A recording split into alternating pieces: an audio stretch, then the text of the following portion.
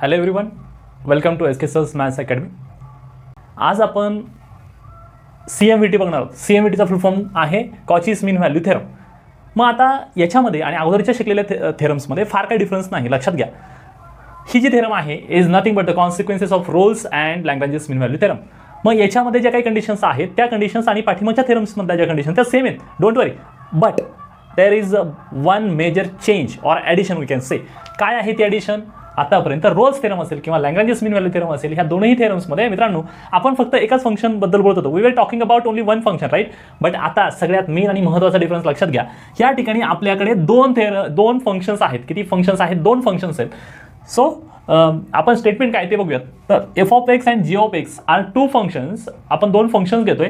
कशावर? तर close interval AB वर आपण फंक्शन घेतोय. आणि दोन्ही functions according to or like rules theorem or elementary. जी पहिली कंडिशन होती same, continuous on closed AB, ही कंडिशन तिकडे होती दोन्ही थेरम्समध्ये. नव्याने लक्षात ठेवायची गरज नाही. डिफरन्शिएबिलिटी पण तशीच आहे, पण इथे दोनही फंक्शनसाठी सांगितले.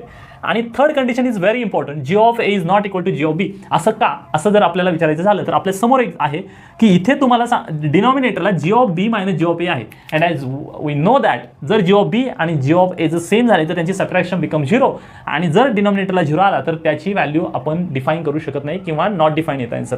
आणि म्हणून ते अवॉइड करण्यासाठी third condition is very important. g(a) is not equal to g(b), right.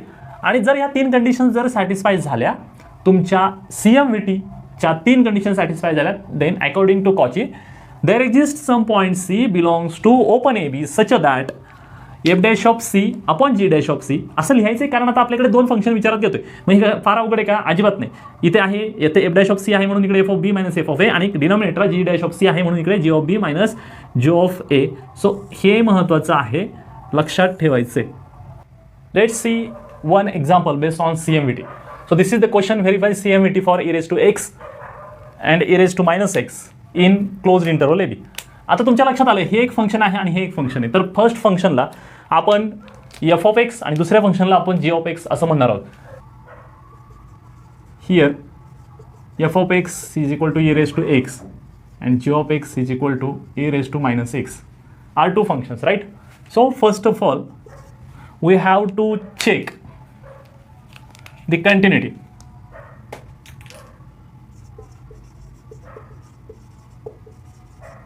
आणि आता फक्त एकच फंक्शनची कंटिन्युटी चेक करायची नाही, दोन्ही फंक्शन बद्दल. आता तुम्ही जर ऑब्झर्व केलं ना तर तुमच्या लक्षात येईल की ही दोन्ही फंक्शन्स कुठली आहेत. Since exponential functions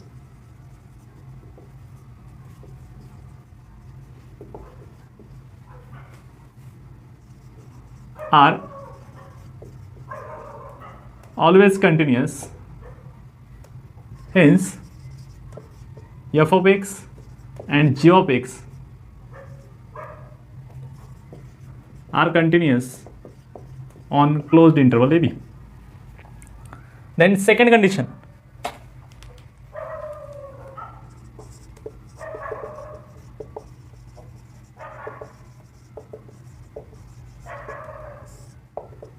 डिफरन्शिएबिलिटी. तर आता आपल्याला माहिती आहे exponential functions are always differentiable. So clearly आपण सांगू शकतो, clearly f and g both are differentiable on open interval AB. Also मी तुम्हाला नेहमी सांगतो की हे लिहा किंवा तुम्ही डायरेक्ट त्याची डेरिव्हेटिव्ह काढून दाखवा. आता आपण ते करणार आहोत. इथे f'(x) is equal to function is e⁻x, so its derivative is always same e⁻x, and here function g(x) is equal to e⁻−x. so इसका डेरिवेटिव क्या होगा? e⁻ समथिंग जो भी होगा वो बिल्कुल सेम रहेगा. म्हणजे e⁻−x ॲज इट इज राहिलं, पण इथे कंपोजिट फंक्शनचा टाईप आहे. मग त्याच्या इथे तुमच्या पॉवरकडे जे काय आहे त्याची डेरिव्हेटिव्ह घ्यायला लागेल. मग याची डेरिव्हेटिव्ह काय येईल? -x ची डेरिव्हेटिव्ह किती असते? -1, राईट. सो -1. सो तुमचा ॲक्च्युअल आन्सर काय आहे? -e⁻−x. समजलं? मग आता हे तुमच्या समोर आहे. डिफरन्शिएबिलिटी चेक केली, कंटिन्युटी चेक केली. आता आपल्याला दोन कंडिशन चेक करून झाल्यात. आता थर्ड कंडिशन चेक करायची आहे, बरोबर. To check g(b) is not equal to or you can say g(a) is not equal to g(b). त्यासाठी तुम्हाला चेक करायला लागेल पहिली गोष्ट g(x) कळत नसेल तर इकडे लिहून ठेवा e⁻−x आणि म्हणून त्याच्यामध्ये एकदा एची व्हॅल्यू म्हणजे टाकून बघायची आहे, g of a is equal to e raise to minus a, right. Also g of b is equal to e raise to minus b. As a and b both are different, so यांचे आन्सरसुद्धा काय येणार आहे, different येणार आहेत. Okay, so clearly g of a is not equal to g of b. आता हे सगळं तुमच्या तीनही कंडिशन चेक करून झाल्या की त्याच्यानंतर आपण कंक्लुझिव्ह स्टेटमेंट लिहिणार. All conditions of CMVT are satisfied, hence by CMVT there exists point C belongs to open interval AB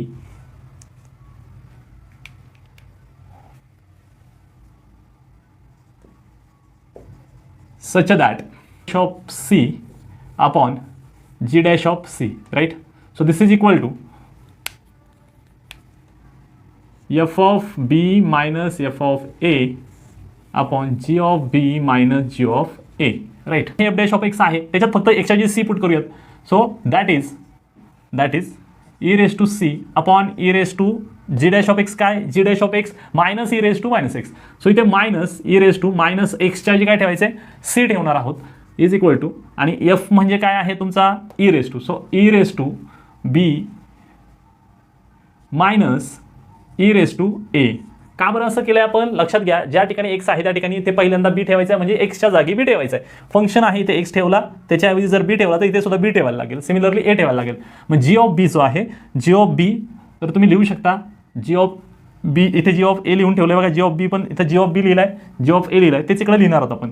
E raise to minus b minus e raise to minus ए.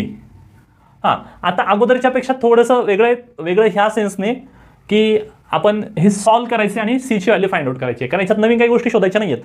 ठीक आहे, मग आता आपण समजा ह्या सगळ्या व्हॅल्यूज कॅल्क्युलेट करण्याचा ट्राय करू. हे सगळं सिम्प्लिफाय करायचं आहे मित्रांनो आपल्याला.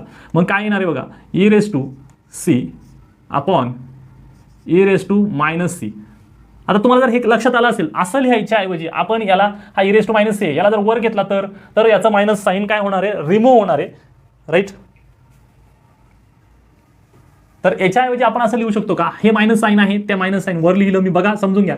ई रेस टू सी जागेवरच आहे आणि हा e raise to minus c वर घेतला मी, पण वर घेतल्यामुळं न्यूमरेटरला गेल्यामुळं त्याचा जी काही पॉवर निगेटिव्ह होती ती पॉवर काय होणार आहे, ऑब्व्हियसली पॉझिटिव्ह होणार आहे.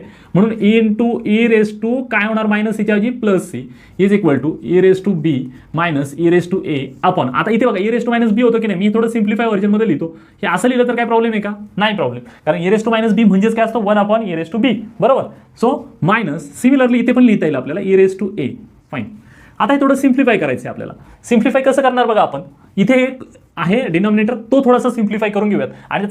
आणि इथे बघा, इथे काय येणार आहे सांगा, ई रेस टू ए आता सांगितल्याप्रमाणे minus e raise to b upon डिनॉमिनेटरचं डायरेक्ट काय होणार, multiplication. So e raise to a into e raise to b असं लिहिलं तरी चालेल.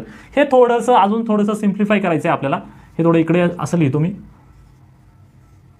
ह्या बाजूला आहे मायनस ई रेस टू. याचं सिम्प्लिफिकेशन बघा, बेस सेम आहे, राईट, बेस सेम आहे. सो त्यांचे जे काही इंडायसेस आहे त्या इंडायसेसचं मध्ये मल्टिप्लिकेशन असल्यामुळे इंडायसेसची काय होणार आहे, ॲडिशन. रूल माहिती आहे आपल्याला, काय रूल आहे, समजा a raise to b into a raise to c, तर बेस सेम असेल तर आपण याचा आन्सर काय लिहितो, बेस एकदाच लिहायचं आहे आणि इंडेक्स काय होणार, त्यांच्या इंडायसेसची ॲडिशन होणार. सिमिलरली हाच रूल इथे अप्लाय करायचा आहे. मग इथे तुमच्याकडे सी प्लस सी असं येणार, म्हणजे how many c's are there, twice C.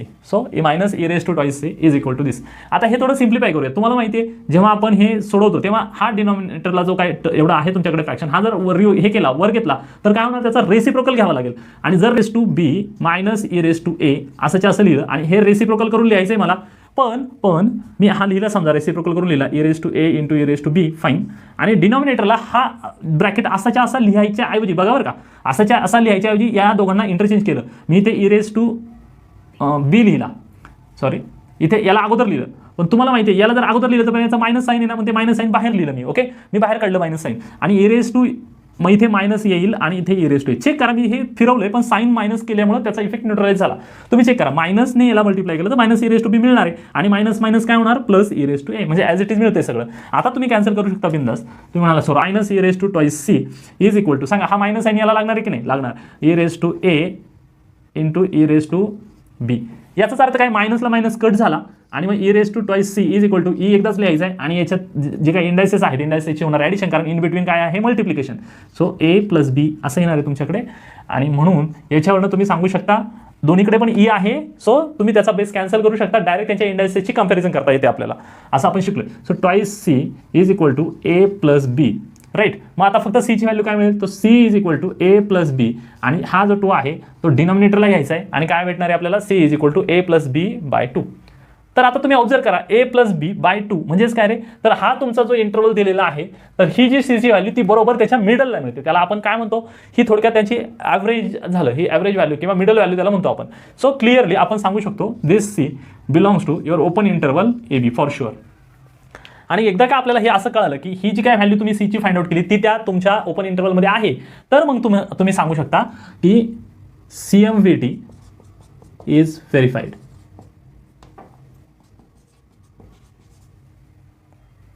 I hope हा प्रॉब्लेम तुम्हाला क्लिअर झालेला असेल.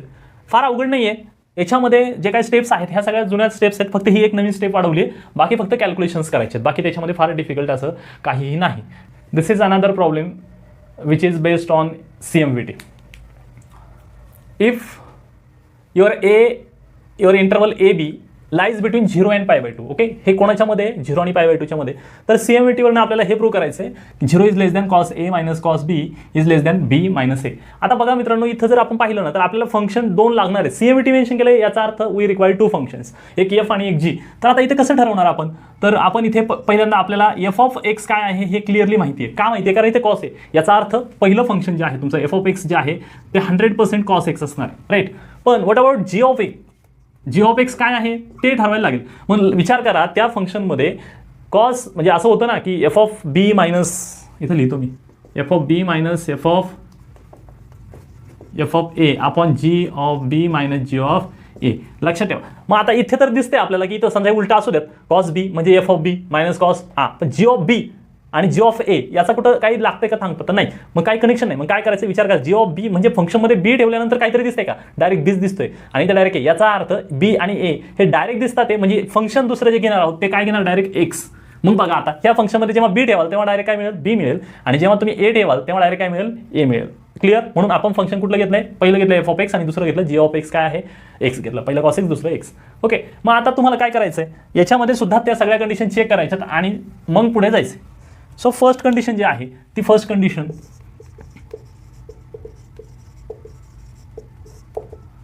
सो आता मी ते सांगत आहे ट्रिग्नोमेट्रिक फंक्शन ही पॉलिनॉमियल आहे, बोथ आर. सो मी डायरेक्ट शॉर्टकट टाकतो, clearly both cos x and x are continuous. आणि इथे तुम्ही पाहिले इंटरवल दिलेला आहे तुम्हाला.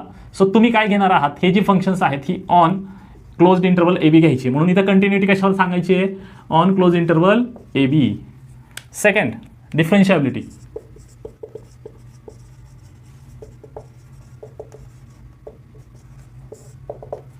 मग ह्या डिफरन्शिएबिलिटी बद्दल सांगायचं झालं तर आपण दोन्ही फंक्शन जे आहेत बोथ आर डिफरन्शिएबल माहिती आहे आपल्याला. ऑन ओपन इंटरवल AB करून बघूयात आपण. पहिलं फंक्शन जे आहे त्याची डेरिव्हेटिव्ह काय येईल सांगा, cos x ची डेरिव्हेटिव्ह. cos x फंक्शन लिहितो हवं तर एकदा, g(x) पण एकदा लिहितो. हां, what is the derivative of this function with respect to x. साईनची डेरिव्हेटिव्ह cos असते आणि कॉसची डेरिव्हेटिव्ह असते -sin x आणि g' काय येणार आहे तर तो येईल 1, बरोबर. आणि मग हे सेकंड कंडिशन झाली. थर्ड कंडिशन जे आहे to check f(a) is not equal to f(b), sorry इथे g लिहायला पाहिजे. ठीक आहे. मग आता हे चेक करूयात आपण. तुमच्याकडचं फंक्शन लिहूया, g(x) is equal to x आहे. एकदा त्याच्यात a ठेवा, मग g(a) जर ठेवला तर काय येणार आहे, फक्त x च्या a पुट करायचा, संपला विषय. g(b) इथे काय येणार, x च्या b ठेवला आणि मग क्लिअरली a आणि b इथं बघा स्ट्रिक्टली लेस दॅन आहे, म्हणजे याचा अर्थ a is not equal to b, बरोबर. म्हणून g(a) is not equal to g(b). Hence third condition also satisfied. मग आता आपण म्हणणार all conditions of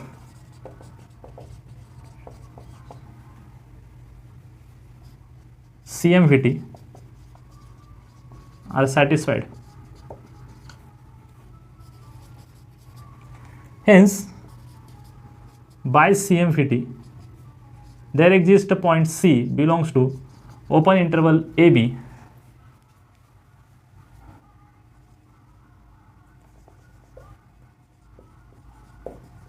such that, आणि मग आपण ते लिहिणार आहोत कंडिशन. आपल्याला माहिती आहे काय कंडिशन आहे, f' upon g' is equal to f(b) minus f(a) upon g(b) minus g(a). Right. आता अकॉर्डिंगली सगळ्या व्हॅल्यूज ठेवून द्यायचे डायरेक्ट त्याच्यामध्ये. प्रॅक्टिस झालेली आहे आपली भरपूर.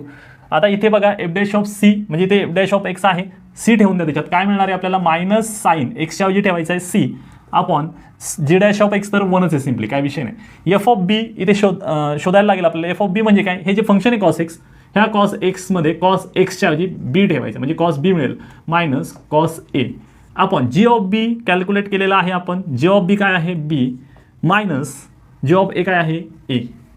राईट. सो अशा पद्धतीने आता हे आपल्याला इलस्ट्रेट करायचं आहे स्टेप बाय स्टेप. आता पुढे बघूयात काय करता येईल आपल्याला. हा ब्रॅकेट टाका आणि याला इकडे क्रॉस मल्टिप्लाय करा. So we get minus sine c into b minus a is equal to cos of b minus cos of a. So I want to remove this minus sine. मी throughout multiply करेल मायनसने, म्हणजे काय मिळेल मला, हे पहिलं जे आहे तर तसंच्या तसं राहील. b minus a is equal to, मी मायनसने मल्टिप्लाय केलं तर इथे काय होणार, इथला मायनस निघून जाईल म्हणजे मायनसने मल्टिप्लाय केलं तर काय येईल कॉस b आणि इथे मायनस मायनस काय होणार प्लस कॉस a.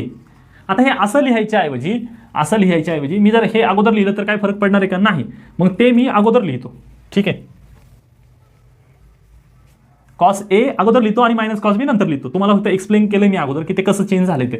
माझा इथे आहे cos a minus cos b. Right. मग आता बघा हे लिहिल्याच्या नंतर ही तुमची एक कंडिशन झाली, याला आपण म्हणणार आहोत 1. अगोदर त्याच्यासाठी तुम्हाला a आणि b मधलं रिलेशन काय ते चेक करावं लागेल. इथे बघा a आणि b मधलं रिलेशन आहे a is less than b. बरोबर. मग आता इथपर्यंत झालं. Now a is less than b. Right. a is less than b कशावरनं आलंय ते एक्झाम्पलमध्ये दिलेलं आहे तुमच्या प्रॉब्लेममध्ये. मग आता इथे जर असं दिलेलं असलं तर त्याचा यूज कसा करायचा ते मला तुम्हाला सांगायचं आहे. मुद्दा विसरू नका की आपण कुठल्या मेन इंटरवलबद्दल बोलतोय, 0 to π/2. ओके. मग आता काय सांगता येईल आपल्याला कॉस बद्दल बोलायचं आहे. फंक्शन कॉस घेतलंय आणि आपण ह्या 0 to π/2 बद्दल बोलतो. तुमच्या सगळ्यांना हे माहिती. अशा पद्धतीने आपण जेव्हा ॲक्च्युअल वर्किंग करतो तेव्हा इथे आहे, इथे 1 असतो, इथे 0 आणि इकडे -1. मी आता कोणाचा ग्राफ ड्रॉ करणार आहे, तुम्हाला कॉसचा ग्राफ ड्रॉ करून दाखवणार आहे. मग इथे बघा 0 आहे आणि इथे π/2 आहे मित्रांनो. π/2 म्हणजे काय, 90 डिग्री. मग 0 ची व्हॅल्यू किती असते सांगा, कॉस 0 किती असतो, कॉस 0 1 म्हणजे इथे आलं. आणि कॉस 90 किती असतो, कॉस 90 असतो 0 म्हणजे याच्यासमोर. म्हणजे ॲक्च्युली ह्या तुमच्या एवढ्या इंटरवलवर तुमचं कॉसचं फंक्शन हे ॲक्च्युली कसं आहे सांगा, इन्क्रीजिंग दिसतंय का डिक्रीजिंग दिसतंय, हे आहे डिक्रीजिंग. कसं आहे हे, डिक्रीजिंग. आणि परत ती वेव अशी पुढे जात राहते. मग ह्या एवढ्या इंटरवलवर जर तुमचं फंक्शन डिक्रीजिंग असेल, याचा अर्थ जेव्हा तुम्ही पहिली व्हॅल्यू त्याला द्याल तेव्हा त्या फंक्शनची व्हॅल्यू ही जास्त असणार आहे. जसं पुढची व्हॅल्यू द्याल तेव्हा तुमच्या फंक्शनची आउटपुट काय होणार आहे, कमी कमी होणार आहे. कळतंय, ग्राफ खाली गेला ना, म्हणजे पुढे जशी व्हॅल्यू आपण जास्त देत गेलो अँगल तसं व्हॅल्यू डाऊन होणार आहे. मग आता जर याच्यावर जर आपल्याला कॉस अप्लाय करायचा झाला तर आपण लिहू शकतो कॉस a. मग मला सांगा a हा छोटा आहे आणि b हा मोठा आहे. मग जर आपण याच्यावर कॉस अप्लाय केला आणि याच्यावर सुद्धा कॉस अप्लाय केला तर मोठं कोण असेल, हा सगळ्यात महत्त्वाचा क्वेश्चन आहे. कोण मोठं असेल सांगा, कारण सुरुवातीला तुमचं फंक्शनची व्हॅल्यू कॉसची जास्त असते, नंतर ती डिक्रीज होत जाते, कमी होत जाते. म्हणून पहिल्यांदा कॉसची व्हॅल्यू ही मित्रांनो जास्त असणार आहे. म्हणून कॉस a हा काय असणार आहे, मोठा असणार आहे. कोणापेक्षा, कॉस b पेक्षा. आलं लक्षात. त्याचं कारण आहे सिन्स कॉस x किंवा कॉस c म्हणूयात आपण, cos c is, cos x म्हटलं तरी चालेल, कॉस इज डिक्रीजिंग. परंतु कुठल्या इंटरवलवर डिक्रीजिंग आहे, 0 to π/2 ह्या इंटरवलवर ते डिक्रीजिंग आहे आणि म्हणून आपण असं लिहू शकलो. इथपर्यंत तुमच्या सगळ्यांच्या लक्षात आलंय. मग आता काय करायचं, नेक्स्ट स्टेप बघा. नेक्स्ट स्टेप आपण ॲडजस्ट करणार आहोत. नेक्स्ट स्टेप ॲडजस्ट करायची आपल्याला, cos a is greater than cos b. हे का करतोय समजून घ्या. इथपर्यंत मला तुमच्या सगळ्यांना कळलं की हे सर हा तुम्ही फॉर्म्युला वापरलाय, डायरेक्ट केलंय. ओके. पण टार्गेट काय, हे प्रूव्ह करणं टार्गेट आहे. सो इथे एक स्टेप अशी आहे, cos a minus cos b हे कोणापेक्षा मोठं हवंय, 0 पेक्षा. आणि ते दाखवण्याचा मी प्रयत्न करतो. लगेच येऊन जाईल बघा. कॉस a आणि हे इकडे घेतल्यानंतर काय होणार, मायनस होणार कॉस b आणि साइन ॲज इट इज राहणार 0. बघा चेक करा. एवढी कंडिशन चेक करून झाली, प्रूव्ह करून झाली आपली. एवढा पार्ट आपण इथे प्रूव्ह केलेला आहे. दिसतोय सगळ्यांना, cos a minus cos b is greater than 0, म्हणजे 0 is less than cos a minus cos b. आता हे जेव्हा आपण करतो तर याला आपण नाव देणार आहोत, याला म्हणणार आहोत 2. ओके, आता हे सगळ्यांच्या लक्षात आले. आता एक अजून महत्त्वाचा मुद्दा इथे काय बघा, इथे साइन सी आहे बरोबर. कॉस ए कॉस बीचं रिलेशन दाखवलंय आपण, बी मायनस ए सुद्धा आहे सगळे, पण sine c. What about the nature of sine c किंवा साइन हे जे फंक्शन आहे त्या साइन सीची मॅक्झिमम व्हॅल्यू किती असते, म्हणजे कुठले साइनची मॅक्झिमम व्हॅल्यू तुम्ही ग्राफवरून सांगू शकता. मॅक्झिमम व्हॅल्यू किती असते साइनची, 1 असते बरोबर. साइन मॅक्झिमम किती जातो, 1 ला जातो, आणि मिनिमम काय असते -1, असं ते चालत राहतं. मग आता इथे तुम्ही काय सांगणार, साइन जे आहे तुमच्याकडे साइन, तर sine x has maximum value 1 बरोबर. म्हणजे साइनची व्हॅल्यू ही मॅक्झिमम 1 असते. हेच आपण थोडं मॅथमॅटिकली लिहू शकतो, sine x is less than 1. Correct. Sine x is less than 1. पण आता एक्सच्या ऐवजी मी जर इथे जर सी ठेवला तर काही प्रॉब्लेम आहे का, बिलकुल नाही बरोबर ना. आपण ठेवू शकतो ते बरोबर, सीच्या एक्सच्या ऐवजी सी. मग आता हे साइन सी झालं. आता इथे रिक्वायरमेंट बघा, साइन सी आला त्याला कशाने मल्टिप्लाय केलेलं आहे, बी मायनस एने. म्हणून आपण काय करूया, वी मल्टिप्लाय